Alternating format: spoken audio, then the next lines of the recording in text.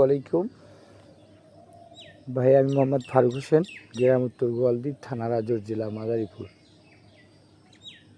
তো আমি 2-3 দিন আগে একটা ভিডিও আপলোড করছিলাম আমার ভাইয়ের ব্যাপারে। আপনারা সবাই জানেন হয়তো, আমার ভাইয়ের গ্রীষে গলায় রশি দিয়ে মারা গেছে। সো আসলে এটা আমি কোনো দিকেই আমার নিজেকে আমি বুঝাইতে পারতেছি না যে আসলে কোন কিসের জন্য, মানে কোনটার জন্য যে সমস্যা ছিল সেটা সমাধান করা হয়েছে। আমার ভাই মাথায় সমস্যা ছিল, সেটা ভালো হয়েছে, কাজ করতেছে, টাকাও বাড়িতে দিতেছে। আসলে আপনাদের কাছে এই প্রশ্ন, কেন সে আত্মহত্যা করতে যাবে? আত্মহত্যা করতে যে সময় যাবে, কিন্তু সেই সময় যায় নাই, যখন সে পাগলামি করছে, মানুষের গ্যাঞ্জাম করছে, মাথায় সমস্যা হয়েছে।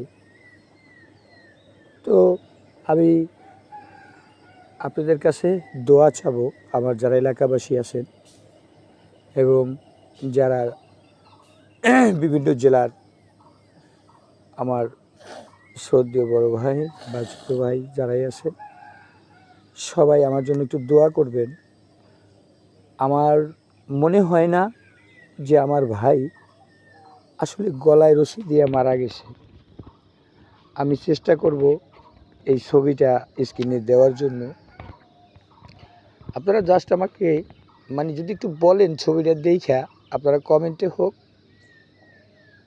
বা ফোনে হোক, যেভাবেই হোক, আপনারা যদি আমাকে বলেন যে সে গলায় রশি দিয়ে আত্মহত্যা করছে, এটা যদি আমাকে কেউ বলেন, তাহলেও আমি মনেকে একটা সান্ত্বনা দিতে পারবো, একটা বুঝ দিতে পারবো যে আসলেই আমি এইটা যারা নাকি একটু জ্ঞানী, শিক্ষিত, সামাজিক, বা আমি সেই 80 বছর হইতে শুরু করি গিয়া আর এদিকে 15-16 বছর পর্যন্ত এই মানুষকে আমি এই ছবিটা হাইটে আমি খালি দেখাই।